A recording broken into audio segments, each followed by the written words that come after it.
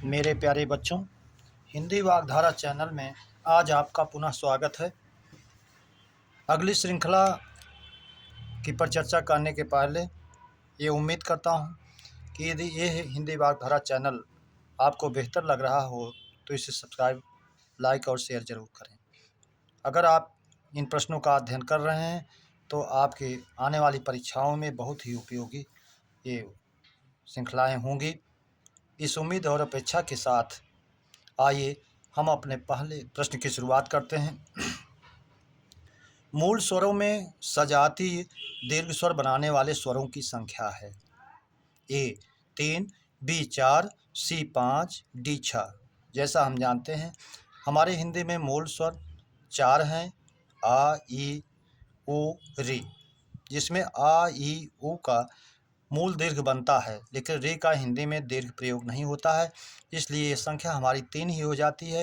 विकल्प ए हमारा सही हो जाता है, 3। प्रश्न नंबर 2, भाषा की वह इकाई जिसका खंडन नहीं किया जा सकता। ए वर्ण, बी शब्द, सी पद, डी वाक्य। तो हम जानते हैं वर्ण एक ऐसी इकाई है भाषा की जिसका हम खंडन नहीं कर सकते हैं, इसलिए विकल्प ए हम सही मानेंगे। प्रश्न नंबर 3, कवि का स्त्रीलिंग होता है।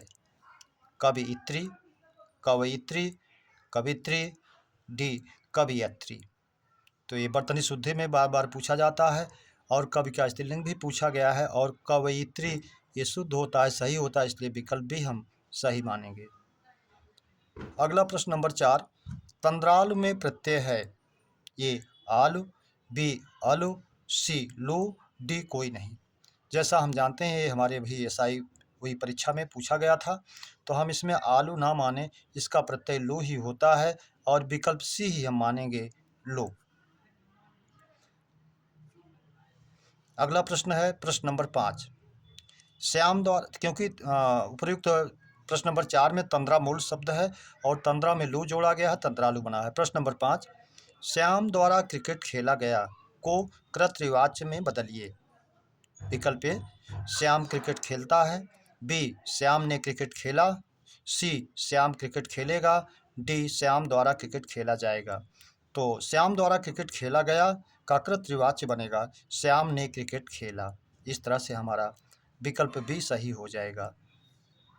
प्रश्न नंबर 6, कौन सा शब्द स्पर्श बोधक विशेषण है। स्पर्श बोधक विशेषण कोई विशेषण का भेद नहीं है, लेकिन यह आपके बोध पर पूछा गया भी एसआई का प्रश्न है, आपके बोध ज्ञान समझ पर कि आप उसमें क्या चुनते हैं। विकल्प ए जहरीला, विकल्प बी कोमल, विकल्प सी बड़ा, विकल्प डी उत्तरी। तो जैसे कोमलता का हम स्पर्श करते हैं और वो विशेषण होता है, इसलिए विकल्प बी हमारा सही हो जाएगा। जहरीला, बड़ा और उत्तरी से कोई मतलब नहीं है। प्रश्न नंबर 7, किस वाच्य में क्रियाएं सदैव एक वचन, पुल्लिंग तथा अन्य पुरुष की होती हैं। ए कर्मवाच्य, बी भाववाच्य, सी कर्तृवाच्य, डी किसी में नहीं। तो हम जानते हैं भाववाच्य में हमारी क्रियाएं हमेशा एक वचन, पुल्लिंग तथा अन्य पुरुष की होती हैं, इसलिए हमारा विकल्प भी सही हो जाएगा, भाववाच्य। प्रश्न नंबर 8, त्रयंबक में समास है। ए तत्पुरुष, बी कर्मधारय, सी द्वंद्व, डी बहुव्रीहि। त्रयंबक ये यण संधि का उदाहरण है, त्रि प्लस अंबक। त्रयंबक 3 नेत्र हैं जिसके, अर्थात भगवान शिव के पक्ष में आया है, ये उनके अर्थ को व्यक्त करता है, इसलिए ये हो जाएगा बहुव्रीहि समास का उदाहरण। विकल्प डी सही हो जाएगा हमारा, बहुव्रीहि। प्रश्न नंबर 9, इनमें किसे उज्ज्वल रस या मधुर रस माना जाता है। विकल्प ए शांत रस, बी भक्ति रस, सी वात्सल्य, डी संयोग। तो मूल रूप से तो ये संयोग को ही माना जाता है, क्योंकि उज्ज्वल रस और मधुर रस जो है ये संयोग में होता है, लेकिन ये भक्त और भगवान के पक्ष में जाता है, इसलिए संयोग का रूप एक दूसरा रूप ही है भक्ति रस, जिसमें माना जाता है, तो इसको हम विकल्प बी भक्ति रस के रूप में ही माने। प्रश्न नंबर 10, अरण्य का पर्याय नहीं है। विकल्प ए कानन, बी कांतार, सी विपिन। तो कानन भी जंगल, कांतार भी जंगल, विपिन भी जंगल और अरण्य जो है जंगल होता ही है। डी हमारा है अरण्यो, और अरण्यो जो है समुद्र का पर्यायवाची है, इसलिए यही पर्याय नहीं है। विकल्प डी हमारा सही हो जाएगा। प्रश्न नंबर 11, शुद्ध वर्तनी है प्रज्वल, इसमें प्राउपसर्ग है, ज्वल मूल शब्द है, ज्वल माने होता है प्रकाश। बी प्रज्वलित, ये भी सही है। सी प्रज्वलन, ये भी सही है। डी सभी, इसलिए विकल्प डी हमारा सही हो जाएगा, सभी सही है। प्रश्न नंबर 12, जयशंकर प्रसाद की कामायनी की भाषा है।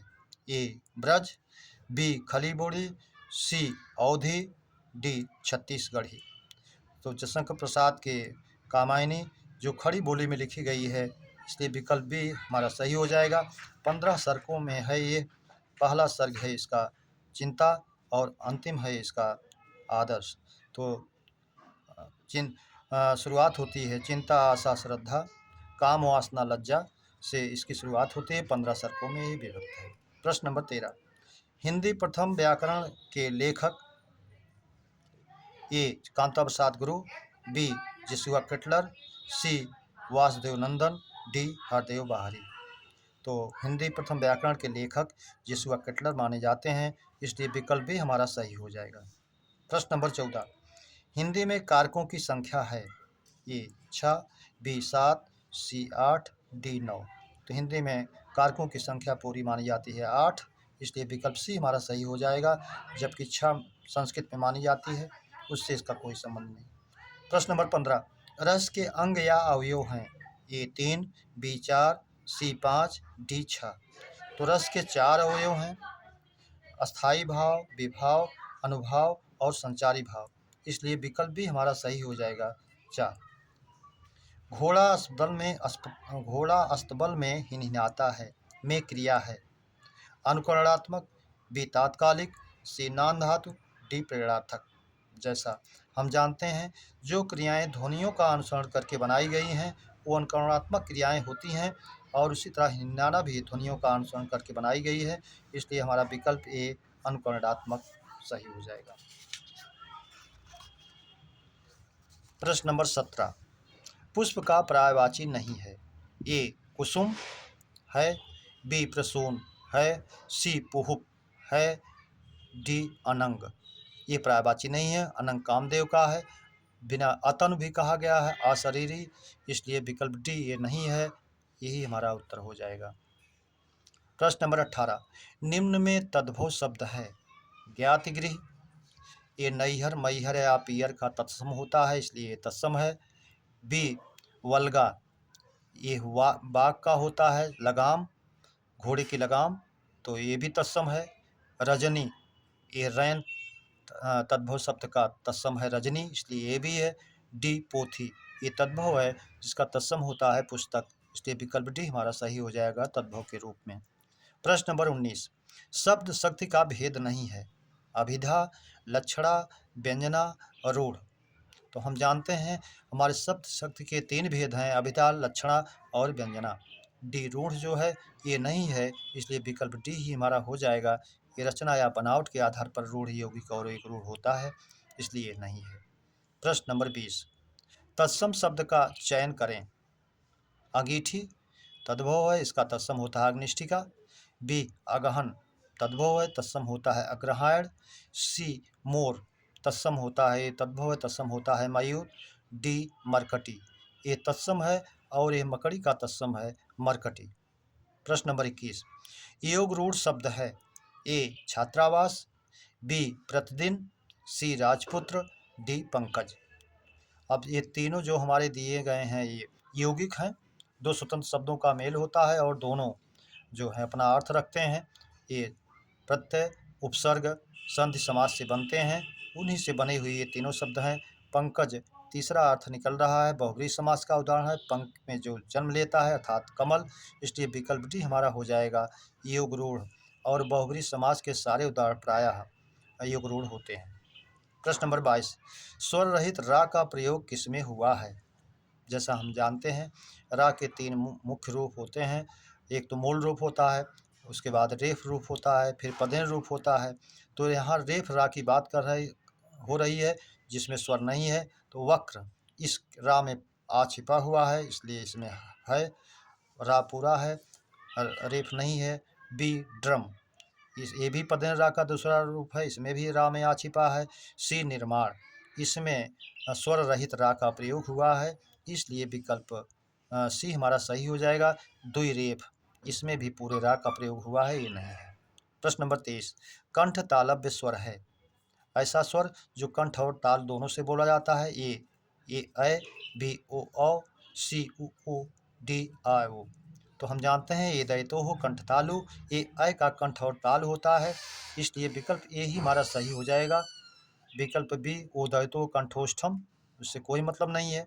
प्रश्न नंबर 24, वर्तनी के अनुसार अशुद्ध शब्द है। ए मंत्रिमंडल, सही है। बी मनीषगण, सही है। सी महात्मगण, ये भी सही है। डी हितर्थ, हित प्लस अर्थ, हितार्थ होता है हित के लिए तब सही होता है, हितर्थ है इसलिए यह अशुद्ध है। विकल्प डी हमारा सही हो जाएगा। प्रश्न नंबर 25, यदि हिंदी के कुल वर्णों में से उच्छिप्त द्विगुण या ताड़नजात वर्णों को निकाल दिया जाता है तो संख्या होगी। तो हम जानते हैं कि हमारे कुल वर्णों की संख्या 50 होती है, और ये उच्छिप्त द्विगुण या ताड़नजात वर्ण दो होते हैं, ड़ा और ढ़ा। अगर दो को निकाल देंगे तो संख्या हमारी 50 होगी, इसलिए हमारा ना 51 होगा ना 52 होगा, बल्कि विकल्प सी हमारा 50 होगा। डी 49 से कोई मतलब नहीं। प्रश्न नंबर 26, भूर भूर भेदभाव भूम से भगा दिया में अलंकार है। प्रत्यानुप्रास, छेकानुप्रास, लाटानुप्रास, श्रुत्यानुप्रास। तो हम जानते हैं जब एक वर्ण की आवृत्ति एक से अधिक बार होती है तो वहाँ पर वृत्यानुप्रास होता है, और जब एक बार ही होती है, मूल रूप सूर, जैसे सूर समर करनी करें, तो सूर तो मूल है, समर एक बार आया, और इस जब कई बार आए तो यहाँ भा की आवृत्ति कई बार होती आई है, तो इसलिए वृत्यानुप्रास होगा, छेकानुप्रास नहीं, इसलिए विकल्प ई हमारा सही हो जाएगा। विकल्प ए वृत्यानुप्रास। प्रश्न नंबर 27, छोटे बच्चे दिन में अधिक सोते हैं में क्रिया विशेषण है। ए परिमाणवाचक, बी कालवाचक, बी कालवाचक, सी स्थानवाचक होना चाहिए। दोबारा रिपीट हो गया है, स्थानवाचक। डी रीतिवाचक। तो इसमें सोने की मात्रा माप बताई गई है, माप की बात सोने की बात की गई है, इसलिए परिमाण में जाएगा, विकल्प ए हमारा सही हो जाएगा। प्रश्न नंबर 28, उद्धरण चिन्ह है। ए कामा है, अल्पविराम है। बी अर्धविराम का है। सी निर्देशक है। डी ये हमारा उद्धरण का चिन्ह है और दोहरा उद्धरण है। अगर एक बार एक हो रहे तो एकल उद्धरण होता है, दो दो बार रहता है तो ये दोहरा उद्धरण होता है, जो प्रायः किसी के कथन में प्रयुक्त होता है। प्रश्न नंबर 29, राम की लंबाई श्याम से अधिक है में कारक है। ए करण कारक, बी संप्रदान कारक, सी अपादान कारक, डी अधिकरण कारक। तो यहाँ उससे तुलना की गई, लंबाई अधिक बताई गई है, तो तुलना के युग में जो है अपादान कारक होता है, श्याम से अधिक है इसलिए अपादान कारक होगा। विकल्प सी हमारा सही हो जाएगा। प्रश्न नंबर 30, उर्दू का उपसर्ग है अन, अध, भर, ला। तो अन, अध और भर ये हमारे हिंदी के उपसर्ग हैं। ला हमारा उर्दू का है, जैसे हम कहते हैं लाजवाब, लावारिस, तो ये उर्दू का उपसर्ग हो जाता है। प्रश्न नंबर 31, निम्न वाक्यों में अशुद्ध वाक्य का चयन करें। प्रत्येक प्राणी को स्वयं आत्मनिर्भर होना चाहिए। ये वाक्य शुद्ध है, क्योंकि स्वयं और आत्म एक दूसरे के पर्याय हैं। अगर ये होता प्रत्येक प्राणी को स्वयं निर्भर होना चाहिए या प्रत्येक प्राणी को आत्मनिर्भर होना चाहिए तो वाक्य सही हो जाता। प्रश्न नंबर 2, मेरा प्राण संकट में है, ये भी शुद्ध है।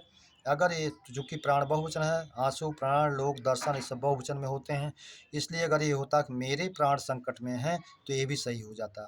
प्रश्न नंबर सी, उसका गुस्सा उबल रहा था। गुस्सा कोई पदार्थ नहीं है, उबल रहा था। अगर ये होता उसका गुस्सा फूट रहा था या उसका गुस्सा उफान पर था तो ये भी सही हो जाता। प्रश्न नंबर डी, उसकी अवस्था 30 वर्ष है। तो हम जानते हैं पूरी आयु बताई जाती है तब आयु कहा जाता है, और जब इस तरह अवस्था बताई जाती है तो 30 वर्ष की है वर्तमान की बात, तो अवस्था या उम्र में कहते हैं, इसलिए विकल्प डी हमारे पूरी तरह सही है। प्रश्न नंबर 32, हिंदी में किस काल को श्रृंगार काल रूप दिया गया है। आदिकाल, भक्ति काल, रीतिकाल, डी आधुनिक काल। तो जैसा हम जानते हैं भक्ति काल को स्वर्ण काल और रीतिकाल को श्रृंगार काल कहा गया, इसलिए विकल्प सी हमारा सही हो जाता है। मेरे प्यारे बच्चों, आज हम लोग इस श्रृंखला का विधिवत अध्ययन किया। आपको बेहतर लगी हुई श्रृंखला तो इसे सब्सक्राइब और लाइक ज़रूर करें, शेयर करें। इसी उम्मीद और अपेक्षा के साथ अगली श्रृंखला के मिलने तक आप सभी को उज्जवल भविष्य की कामनाओं के साथ हृदय से धन्यवाद। जय हिंद।